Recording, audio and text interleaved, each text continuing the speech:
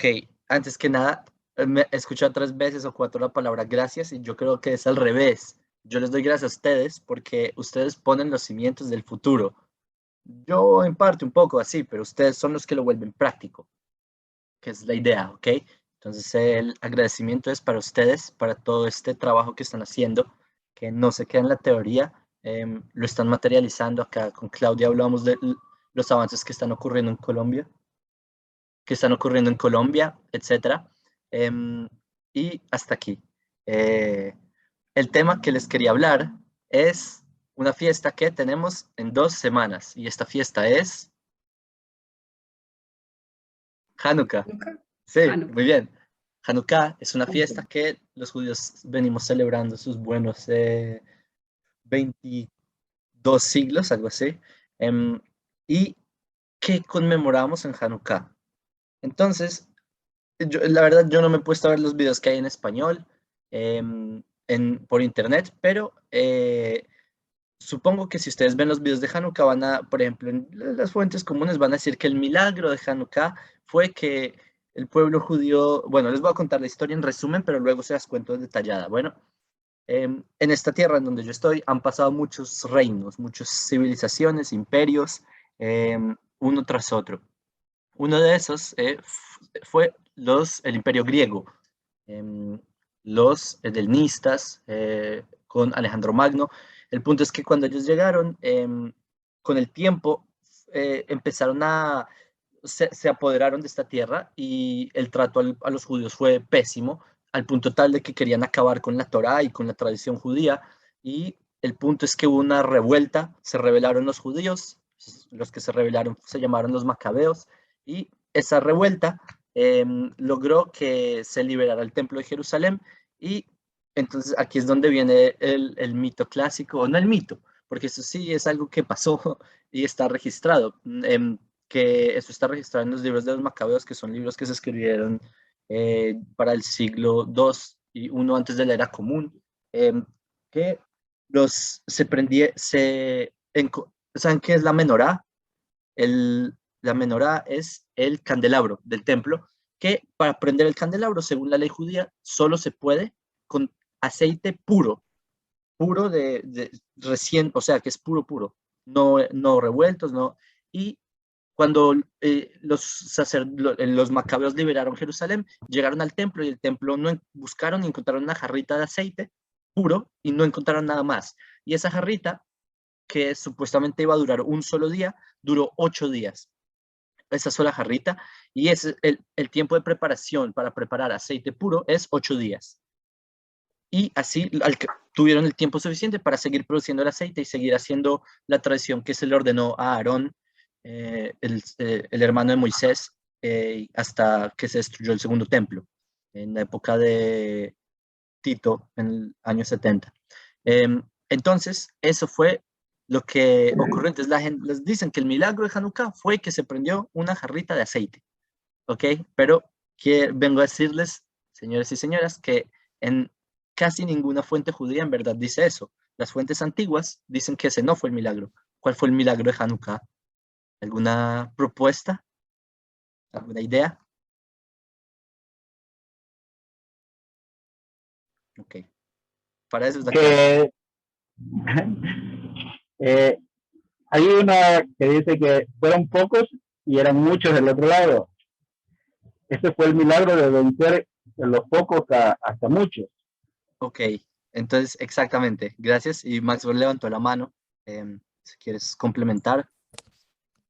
Lo que escuché es que en realidad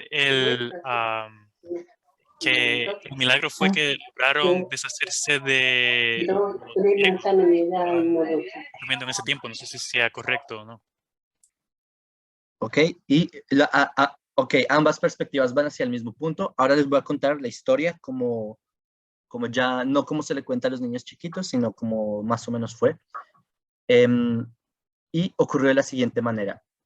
El pueblo de Israel fue dispersado por Nabucodonosor de Babilonia y el pueblo judío fue reunido por Ezra, Nehemías, por grandes personajes que lograron reconstruir los escombros que quedaban de Judea, del reino de Judea. ¿Ok? ¿Qué pasó? Que tras volver los judíos del exilio, ellos siguieron bajo regímenes extranjeros, colonizadores. El imperio babilonio, que es lo que dominaba, fue vencido por el imperio persa. Y ahí fue cuando, en esa época, fue cuando empezó el retorno con Ezra, Nehemías. ¿Qué ocurrió? Que en el año 333, antes de la era común, llega un joven general de Macedonia llamado Alejandro Magno, que él empieza a conquistar el planeta en esa época, lo que ellos creían que era el planeta, desde Europa, un extremo, hasta la India, incluyendo Egipto, o sea, todo lo que era, digamos, la civilización, digamos, conocida, porque en verdad Oriente Lejano era bastante desconocido para ellos, África también. El punto es que llega Alejandro Magno y conquista, él derrota al rey Darío de Persia, y así es como el imperio griego vence al imperio persa. Y los griegos se toman, o Alejandro Magno, macedonio, pero griego, él se apodera del planeta prácticamente. ¿Qué ocurre? Imagínense una homogenización en donde empiezan a haber choques de cultura. Hasta ese momento, Persia tenía su limítrofe con Europa, pero por primera vez llega un imperio que se apodera de todo. ¿Y qué pasa? Que los griegos, ellos tenían una visión de que los griegos eran superiores a todos los demás. Ellos creían eso. Que la filosofía era lo más elevado y las otras culturas eran bonitas, pero los griegos, la filosofía, la democracia, la mitología, la gran sabiduría, etc. Y lo que ocurre es que ellos empiezan a hacer algo como, ¿cómo decirlo? Imponer, entre comillas, su ideología, no siempre a la fuerza, porque por ejemplo Alejandro Magno, él fue muy bueno con el pueblo judío. Él fue muy, de hecho, cuenta que cuando llegó Alejandro Magno a Jerusalén, él llegó a las puertas de Jerusalén y obviamente el pueblo judío tenía miedo porque, ¿saben? Un nuevo invasor, ya después de haber tenido la libertad que se tenía bajo el imperio persa, que se había conseguido con el rey Ciro de Persia, que le había dado una libertad, digamos, un poco nacional en cierto sentido, y llega una nueva potencia, que es Grecia. ¿Saben? La situación puede cambiar drásticamente. ¿Y qué ocurre? Que el que recibe, cuando Alejandro Magno llega a las puertas de Jerusalén, él está en su caballo y él ve a el gran sacerdote en Jerusalén, era Shimon Atzadik, Simón el Justo, y Alejandro Magno se baja del caballo en respeto a Shimon Atzadik, a Simón el Justo. Todo el mundo, no, las personas obviamente estaban en shock. ¿Cómo es que Alejandro Magno se baja del caballo? Una locura total, porque, ¿saben? ¿Verdad? Las personas creían que era un dios en esa época. No voy a exagerar. Las personas creían que Alejandro Magno era hijo de un dios, de una madre que era virgen, etcétera, etcétera. Y lo que ocurre es que, ¿por qué? Porque se bajó del caballo. Y pues cuenta, Alejandro Magno contó que, a propósito, un paréntesis, no sé si ustedes saben, Aristóteles, que se cree que fue el hombre más inteligente de la historia, así es la narrativa occidental, ¿no? Que fue el hombre más inteligente. Él era el maestro de Alejandro Magno. Y Alejandro Magno, lo que cuenta es que él, la noche anterior a llegar a Jerusalén, él soñó con un señor vestido de azul, con un gorrito así blanco, un pectoral lleno de piedras preciosas, y cuando ve a Shimon Atzadik, la barba, todo, dice, es el tipo del sueño, y por eso le impresionó mucho. Y así es como Alejandro Magno respetó al pueblo judío, respetó al pueblo de Israel. Alejandro Magno era muy curioso también por los conocimientos. Señores, este es un punto en el que la historia de la humanidad se transforma de manera brutal. Voy a decirles algo que dijo el filósofo Levinas, Emmanuel Levinas, filósofo judío de Francia del siglo pasado, de los más grandes filósofos, digamos, del siglo pasado, y él dice que la sociedad occidental está compuesta de dos cosas, digamos, los griegos y los judíos. Porque si ustedes se fijan, la sociedad occidental básicamente es eso. ¿En qué creen las personas? En el cristianismo. ¿Y de dónde nace el cristianismo? De una provincia llamada Judea, y por otro lado, la sabiduría, la filosofía, la academia, y por otro lado, las construcciones, la civilización, que eso es Roma, que eso es una herencia de Grecia, y así.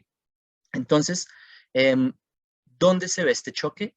Fue en este momento, en el momento en que Alejandro Magno pisa la tierra, pisa Jerusalén. Ahí es cuando estas dos, digamos, formas de pensamiento se chocan de una forma demasiado contundente, porque la perspectiva occidental griega tiene muchas diferencias a la perspectiva hebrea.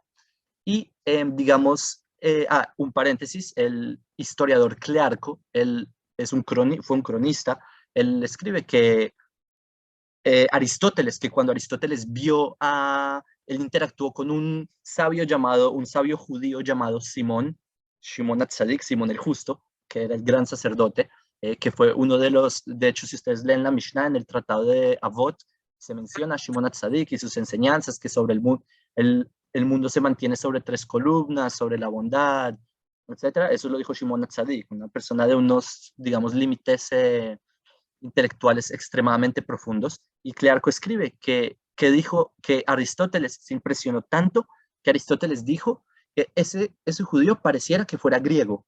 Imagínense cuánto se habrá impresionado Aristóteles. Esto es, paréntesis, muestra no el complejo, pero la superioridad mental que creían tener los griegos. Es decir, que este señor es tan inteligente que podría ser griego.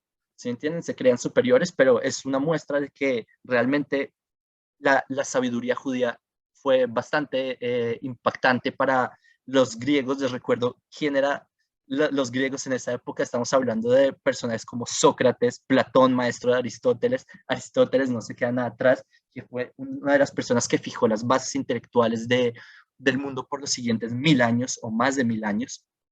¿Y qué ocurre? O, por ejemplo, Pitágoras, él visitó Jerusalén, pero en la época del primer templo, de hecho. Eso fue uno de los, digamos, pioneros occidentales griegos en interactuar con la tierra de Israel. De hecho, Pitágoras, él estuvo en la época en la que todavía había profecía. Y al punto tal que hay cosas, ¿saben qué es la escuela pitagórica? Que era una escuela, digamos, de pensamiento, no solo matemática, sino que también tenían su lado esotérico, y hay muchas cosas de la escuela pitagórica que tienen similitudes con la Kabbalah. Curiosidad, yo no lo llamaría curiosidad, porque realmente la Kabbalah es la herencia de los profetas. Entonces, eso es un dato interesante. De hecho, Filón de Alejandría, él relata que escribe que Platón, todo lo de Platón lo tomó de Moisés, así escribe él, porque las ideas, digamos, lo que llaman platónico, neoplatónico, tienen bases, digamos, de pensamientos muy similares a las de la Kabbalah, etcétera, etcétera. La idea del Tzimtzum, de que hay una totalidad y que luego del Atzilut, que es como una totalidad que se reduce al Tzimtzum, son cosas que la filosofía platónica trae sobre el mundo de las ideas, etcétera.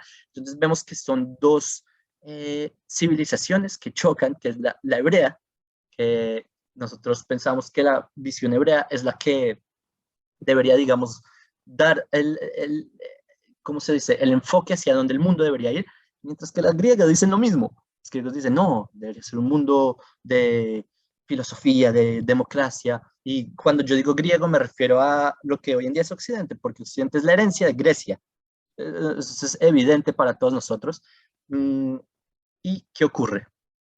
Que muy bonito todo, a los judíos se les permitía, digamos, practicar su judaísmo, así se le llamó. De hecho, el término judaísmo aparece alrededor de esa época, la primera vez que tenemos una, ¿cómo se dice?, documentación de la palabra judaísmo es en griego. La palabra judaísmo no es una palabra judía, es una palabra en griego que la menciona Jasón de Cirene en el libro de Macabeos 2, y que se refiere a la idea judía.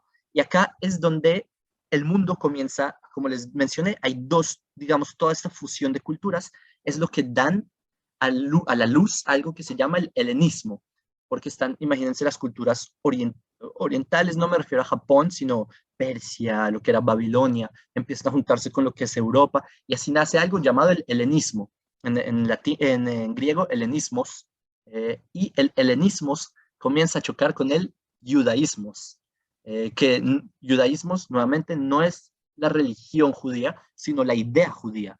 Cómo es la forma de vida del judío, la forma de ver el mundo del judío. De igual modo que el helenismo no era una religión, no hay la religión helenista, sino que es una cosmovisión de que el hombre debe ir al gimnasio porque el cuerpo es la cárcel del alma, como dijeron los filósofos post-socráticos o socráticos, etcétera, etcétera. Entonces, estas dos visiones del mundo comienzan a chocar y empieza, bueno, fallece Alejandro Magno, que era bondadoso nuevamente, bla, bla, bla, y los diádocos, que ellos eran los generales de Alejandro Magno, comienzan a disputarse el reino, o el imperio más bien, que se había tomado Alejandro Magno por todo el mundo, y así se forman unas dinastías que son Ptolomeica, Seleucida, Antigónida, perdón, y ¿qué ocurre? Que empiezan peleas entre ellos mismos, empiezan a hacer guerras civiles para ver quién tiene el poder del imperio de Alejandro, pero ellos mismos se dividen en estos tres, digamos, subreinos. ¿Y qué pasa con la tierra de Israel? Que la tierra de Israel cae justo en la frontera entre los Ptolomeos y los Seleucidas. Bueno, pasan siglos, ocurren varios eventos quizás trágicos, quizás no trágicos, depende de cómo los veamos, como la traducción del Tanaj. Esa es la Septuaginta, así se llama, que fue la traducción de los textos hebreos al griego, que cuentan nuestros sabios que el cielo se oscureció cuando se terminaron de traducir la Septuaginta. O sea, es la primera traducción de la Torá a un idioma accesible para la humanidad. El cielo se oscureció. O sea, obviamente no es algo literal, no es como en Dragon Ball Z cuando reúnen las esferas del dragón, no es eso, sino que es que el mundo ahora cree que la Torá está limitada a la perspectiva de esta traducción. Les doy ejemplos de por qué esto es tan grave. Por ejemplo, ustedes saben en el Nuevo Testamento cuando ellos citan la Torá, cuando ellos citan a los profetas, ¿ustedes saben de dónde citan? Ellos no citan la Torá directamente. El cristianismo cita la Septuaginta. Por eso es que está tan llena de errores. Por ejemplo, está escrito en Deuteronomio 6, versículo 4, creo, que dice, y amarás a Dios con todo, en hebreo les voy a decir, voy a decir el nombre de Dios, entonces espero que nadie esté en el baño. Traducción.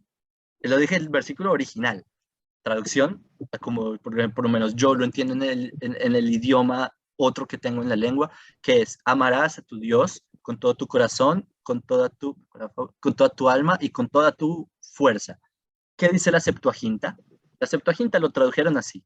Amarás a tu Dios con todo tu corazón, con toda tu alma, con toda tu mente, con toda tu fuerza. Entonces empezaron a cambiarle lo que es la Torá. Entonces, y así es como el cristianismo lo cita. El cristianismo, cuando Pablo cita la Torá, él cita cosas que no existen, señores. Entonces, por eso es que está acá, que por eso el mundo está convencido de que la Torá es una traducción. ¿Cuál era el objetivo de los griegos por medio de hacer esto? Un paréntesis acá. Rodrigo, ¿hasta qué horas tenemos? No, sigue Jacob, escuchando la historia. Sí, los estoy durmiendo. Entonces, vamos a... No. Yo sé, los veo. Ok. Si quieres hacemos un paréntesis y hacemos algunas preguntas con lo que has hablado, si quieres, o damos de corrido. Pues tú eres el host, como quieras. Yo tengo una pregunta bueno, sí, es verdad. sobre los macabeos. Si tienen preguntas, interrumpan. Ok, sí, dime. Bueno, escuché hace un tiempo, hace varios años atrás, según un historiador judío, no sé si sabe el nombre, que es contemporáneo. Y hablaba de los macabeos que no esperaban, creo que hay un micrófono abierto, que los macabeos no esperaban o no estaban de acuerdo con la idea de esperar un Mesías. ¿Puede ser que sea cierto? Que al haber luchado, al haber peleado contra los griegos, como que la idea de un Mesías como que quedó en el olvido para los macabeos. Entonces hubo como una lucha interna entre el mismo pueblo judío. Históricamente, ¿eso sucedió? Posterior a los macabeos empiezan escuelas de pensamiento que son en español son los fariseos, los seduceos, los esenios, también sectas en Qumran, los cristianos, un montón de sectas. Y una escuela de pensamiento eventualmente. No, pero no, bueno, vale recalcar que en verdad todos tenían una aspiración mesiánica al final. En cuanto a los macabeos, pienso que todavía se aspiraba a la aspiración mesiánica por el hecho de que lo traen los textos hebreos y ellos seguían los textos hebreos, los textos proféticos, y pienso que era una situación similar a la que se vive hoy en el Estado de Israel, que es, por ejemplo, yo hice el ejército, yo combatí, yo fui parte en ayudar de que tengamos una independencia nacional, etcétera, etcétera, pero yo también creo que va a venir el Mashiach. Y eso te va a decir cualquier judío que crea, digamos, en los textos y también haya sido parte de las batallas. No creo que los macabeos hayan pensado algo distinto en la época de los macabeos, pero los herederos de los macabeos, que fueron ya los reyes jasmoneos como Alejandra Salomé o, por ejemplo, Alejandro Janeo, que ya eran escuelas de pensamiento saduceas o ya empezaron a alejarse de lo que es la Torah oral. Entonces, es muy posible que hayan escuelas de pensamiento descendientes de lo que era la cadena macabea, que no crean en una idea mesiánica como el rey Mesías, sino de pronto una época de alegrías, etc. Es posible, esa es mi conjetura, más no te podría decir al 100%. Bien, creo que hay preguntas ahí en el chat, no sé si quiere que te las leas o las puedes leer tú. Sí, a ver, ¿dónde está registrado el relato de los macabeos? Hay varias fuentes, está en el Talmud, se registra, hay libros de los macabeos, hay 4 libros de los macabeos. Esto que estoy contando está en los 2 primeros libros de los macabeos. Vale recordar que estos no son libros bíblicos, son libros, lo que en español llaman apócrifos, pero ahí se registra. Aparte de documentación también del lado del punto de vista griego, que eso también es interesante. Perdón, voy a poner mute. Pregunta, ¿se puede tomar como buena la enseñanza del libro de los macabeos que la Biblia cristiana muestra? Como acabo de decir, es una fuente de lo que ocurrió en los eventos de los macabeos, más no es un texto bíblico. Es como leer, no sé, es simplemente una documentación histórica, más no tiene no es santidad. Es como, por ejemplo, leerse La República de Platón. Es un texto interesante que a uno le, digamos, abre el conocimiento en digamos, lo que es ideas como, no sé, la cueva de Platón y que uno sabe que está el mundo emanente y trascendente, etcétera, pero que Platón no es un texto bíblico. Lo mismo el libro de los Macabeos, algo así, ¿ok? O por ejemplo, las Ilíadas de Homero. La diferencia es que Homero y Platón no son textos que relatan eventos históricos, pero los Macabeos sí. Entonces, en ese sentido, sí, ¿ok? En todo caso, me había quedado en que, se me olvidó. Ah, sí, ¿qué pasó? ¿Cuál era el punto de los griegos? Como los griegos eran superiores intelectualmente y superiores racialmente, en verdad ellos creían que eran una raza superior y creían que tenían su superioridad, voy a aprovechar este foro para darle un saludo a Menashe, que lo veo por ahí merodeando. Bueno, volviendo al tema. Los griegos, cuando ellos vieron la Torá y la sabiduría de la Torá y los profetas, ¿qué dijeron? ¡Wow! ¡Qué gran sabiduría tiene este pueblo! Traduzcámoslos para poner este libro en la biblioteca de Alejandría, para darle, digamos, para subir el estatus de la Torá. Que la Torá, ¿saben? Es un texto de ese pueblo semita por allá, pero para darle un buen estatus a la Torá, traduzcámoslo al griego, el idioma superior, y para que así pueda llegar a Alejandría, así tenga su estatus por fin de respeto. Esa era la forma de pensar de los griegos, y por eso es que la Septuaginta, eso es a lo que se refieren los sabios de que cuando se tradujo la Septuaginta, el cielo se oscureció. No en el sentido de que, como les dije, Shenlong, las esferas del dragón, no, sino que en el sentido de que realmente están limitando la Torah. A propósito, esto es un paréntesis que tiene mucho que ver con los Benei Noach, con los noágidas. Dicen nuestros sabios que solo se puede leer la única forma de entender la Torah traducida es si uno la lee en 70 idiomas. 70 idiomas. Entonces, digamos, uno lee un versículo en japonés, luego en griego, luego en alemán, no es literalmente, sino cuál es el punto de esto. 70 idiomas se refiere a las 70 naciones, significa, o sea, se refiere a la humanidad, ¿ok? No es ustedes saben que cuando el judaísmo dice 70 se refiere a mucho, ¿okay? No es de 70, 70, el dígito, ¿saben? No, sino que es cuando la humanidad, la única forma de entender la Torah es si toda la humanidad da su perspectiva y se conecta por medio de la Torah. Pero cuando tú solo tomas una de las perspectivas, que es la griega, o digamos hoy en día la romana, aunque ya hoy en día hay mutaciones, variaciones de lo que es el protestantismo alemán y anglicano y neoanglicano y todo lo que existe hoy en día.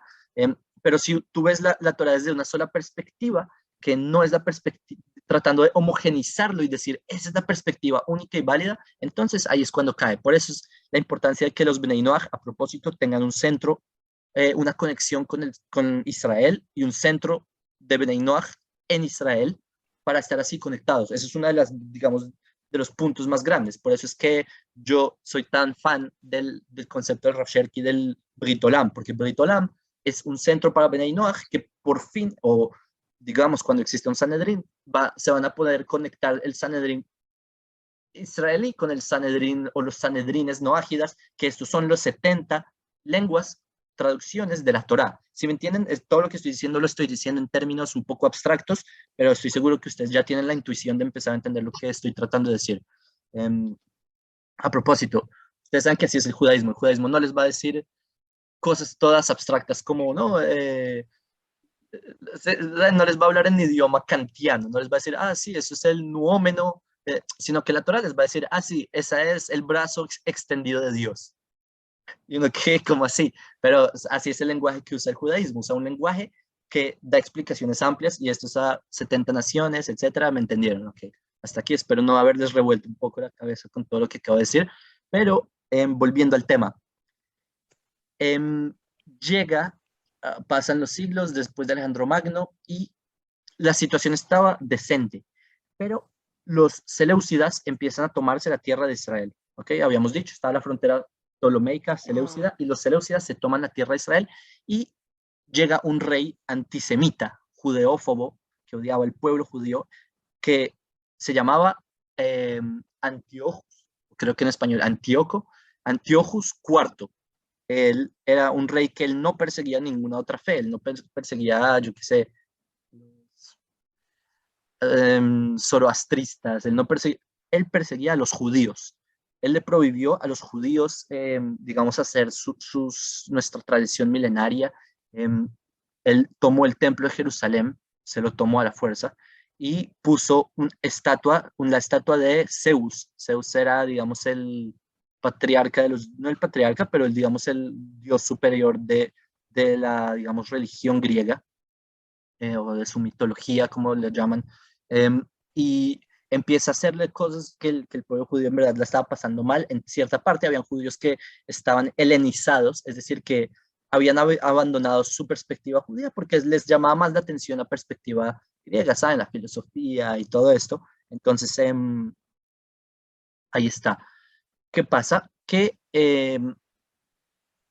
a los judíos ya no están, no sé cómo hayan dicho, están hasta aquí, no sé cómo digan en otros países, pero hasta la coronilla, quizás hay un dicho así, que en el año 167 antes de la era común, ¿qué pasa? Llegan en una provincia, en una ciudad llamada Modi'in, que dice acá, Artos, espérense, Artos es pan en griego, ¿sabían? Artos.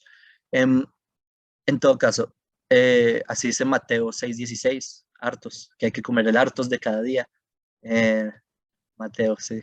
¿Saben por qué lo sé? Porque está escrito que Jesús comió pan en la última cena, siendo que la última cena era fiesta de los ácimos, o sea, que está prohibido comer pan. Ahí dice en Mateo en 23 o 26 que comió hartos, comió pan en Pesaj. Según la Torá, si uno come pan en Pesaj, tiene caret. Si un judío come pan en Pesaj, su alma se corta. Es decir, que Jesús violó la Torá en Pesaj. Pero por eso me acordé de la palabra, cierro paréntesis. A propósito, es uno de los problemas de la Septuaginta, que uno empieza a interactuar con el griego. Pero bueno, volviendo al tema, lo que ocurrió es que en una ciudad llamada Modi'in, que esto es por lo que es Judea, le dicen a Matitiau, él era un sacerdote, era un Cohen, y le dicen que haga un sacrificio para el dios griego, para el ídolo. Y él dice, no, nosotros, yo y mis hijos, y nosotros no vamos a abandonar las tradiciones de nuestros padres. Él dice un discurso ahí. Y entonces, ¿qué hace? Llega otro judío, helenizado, y hace el sacrificio, y Matitiao coge su espada, mata al judío y grita, Mila Shemelai, ¿quién está con Dios? Que venga conmigo. Y así empieza la revuelta macabea, que de hecho hay otra fuente de cómo empezó la revuelta de los macabeos, que empezó gracias a una mujer, de hecho, que esto era con el Egmón, está escrito, que el Egmón era como el que, digamos, encargado de parte, el representante del imperio griego en la provincia de Judea, etc. Y bueno, el punto es que empieza la revuelta macabea en el año 167 antes de la era común, y la revuelta macabea, o la revuelta judía, que era para liberar la tierra de Israel de los griegos. Y así es como empieza la guerra contra los griegos, y gracias a las estrategias militares de Yehudá Macabí, de Judá el Macabeo, no sé cómo lo traduzcan, Yehudá en hebreo, él tiene estrategias demasiado buenas. Si ustedes leen las estrategias, les van a decir, wow, qué inteligente, porque piensen, uno de los ejércitos, o posiblemente el ejército más poderoso del mundo en esa época, y el pequeño grupito de hebreos que ni siquiera tenían armas. Literalmente está escrito que las primeras batallas que hicieron los judíos ahí fue con palos y piedras, y terminaron expulsando a todo el imperio griego de ahí. De hecho, está escrito que la primera espada que consiguió Yehudá, que era el general del ejército de los macabeos, fue porque entraron en la noche a un campamento, mataron a los griegos, a los soldados griegos, y así Yehudá tomó la primera espada, que era la del general de ese campamento. Entonces, así, por estrategias militares, como la batalla de Maoz, que hicieron que el ejército griego entrara entre un valle y luego lanzaron rocas encima, bueno, un montón de estrategias, logran los judíos expulsar a los griegos. Logran liberar Jerusalén, esto es en el año 164 antes de la era común, el día 25 de Kislev, del mes de Kislev, es un mes del calendario hebreo, y por esto es que nosotros, los judíos, celebramos esta fiesta que se llama Hanukkah, el 25 de Kislev. ¿Por qué? Porque el 25 de Kislev es la fiesta en la que por fin liberamos nuestra capital. Es la fiesta en la que por fin tuvimos el retorno a Jerusalén, retorno a Sion. Entonces, el milagro de Hanukkah es la independencia del pueblo de Israel, que en esa época, obviamente después en el año 70 se perdió esa independencia, pero nosotros seguimos recordando durante el exilio, recordando de que algún día volveríamos a nuestra tierra, y se cumplió en 1948, es la tercera redención del pueblo de Israel. El punto es que aquí es donde yo quiero decirles un dato que es, digamos, todo lo que estoy contando es para llegar hasta aquí. Lo que se celebra en Hanukkah es que nosotros prendemos algo llamado la Hanukkiyá. Es como un candelabro, pero que tiene 2 brazos más, tiene 9 brazos en vez de los 6 que tenía el templo, y nosotros prendemos una vela durante 8 días. ¿Okay? Son 9 brazos, y la vela de la mitad es para ayudar a prender las demás, porque nosotros simbolizamos de que la luz vence a la oscuridad, de que poquitos logramos vencer a muchos. Porque como esta es una frase del Rebbe Lubavitch, bendita sea su memoria, que él decía que una pequeña luz puede vencer mucha oscuridad. Yo pienso que ustedes son exactamente eso.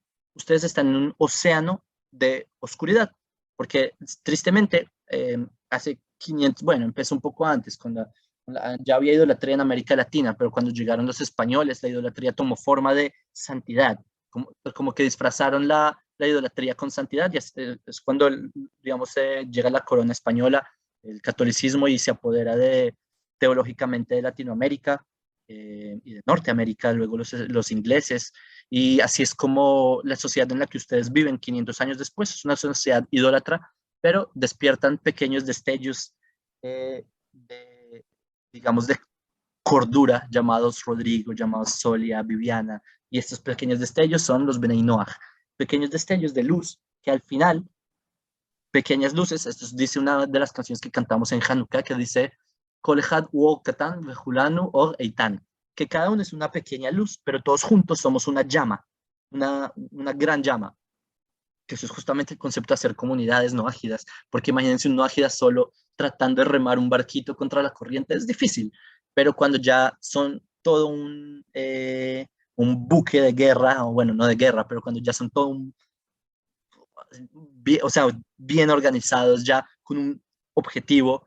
Rodrigo me envió uno de los conversatorios que tuvieron, creo que ayer me comentaste, de que o sea, solo soñando, ¿sabes? Soñar, no, como dicen, no cuesta nada, de que qué tal si los Bnei Noach tuvieran un territorio y crearan una, no sé, por ejemplo, ¿sabían que esto es en Dinamarca, hay una ciudad llamada Cristiania, que es un país que se inventaron dentro de la ciudad de Copenhague, que es el único país, aunque es del tamaño de un barrio, es un país anarquista. No hay lugares anarquistas en el mundo, ¿verdad? Solo este lugar, dentro de Dinamarca. ¿Por qué? Porque son personas que soñaron y dijeron, creemos un país anarquista, y lo crearon ahí. Es gracioso, si ustedes van, en verdad no hay reglas, es gracioso. Y cuando ustedes van a salir de ahí, de ese barrio, dice, usted está entrando a la Unión Europea. O sea, en verdad ellos son un país. O no se consideran país porque son anarquistas, ¿sí me entienden? Pero el punto es que los noagias también tienen esta visión de, sí, hacer un mundo mejor. No es algo de la noche a la mañana, obviamente, ese esfuerzo, y ustedes ya están haciendo ese esfuerzo. La comunidad que se creó Britolam Colombia, las comunidades de Britolam El Salvador, que es digamos, este nodo que une a tantos, todos ustedes que están realmente haciendo un gran esfuerzo, y estoy seguro que eventualmente en cada rincón en los que ustedes están van a haber comunidades de Bnei Noach y van a lograr influir de forma práctica a la sociedad. Por ahora ustedes están solo, ¿cómo se dice?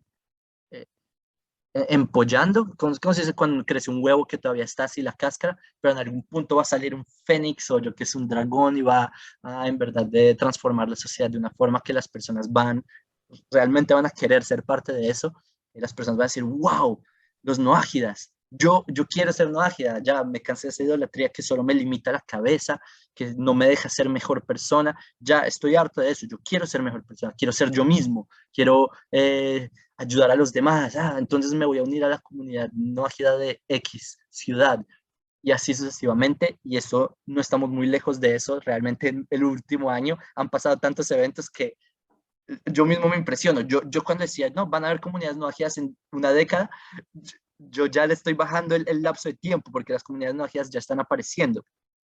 Ahora, aquí viene algo interesante que esto les va a interesar mucho. Algo interesante que les va a interesar mucho, que es que está en el Talmud, en el tratado, en el tratado de Avodah Zarah, página 8a, ¿ok? Saben que tiene el Talmud tiene lado A, lado B, entonces el lado A de la página 8 dice, cuenta sobre Adán el primero. Ok, paréntesis. ¿A quién se le dieron las leyes de la humanidad? Ustedes saben, a Noé, pero antes se le dieron a Adán.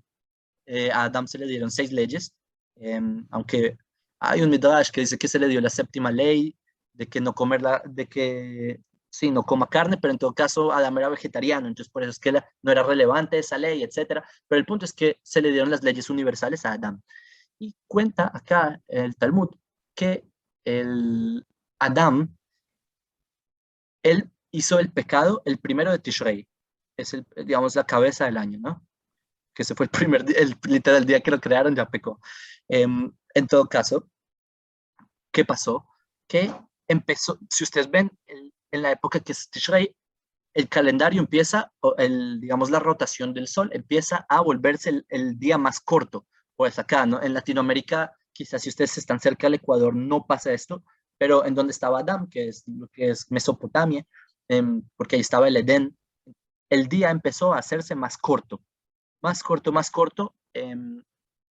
porque ustedes saben que a medida que se acerca a diciembre se vuelve más corto el día. ¿Qué creyó Adán? Adán se puso a llorar, dice, ahí cuenta. Se puso a llorar, ¿por qué? Porque él creyó que por su culpa, por el pecado que él había hecho, el mundo estaba volviendo, la creación que había hecho Dios, ahora estaba siendo retornándose a lo que es Tohu Vavohu, a la oscuridad. Entonces Adán en verdad se puso a llorar. ¿Hasta cuándo? hasta el solsticio.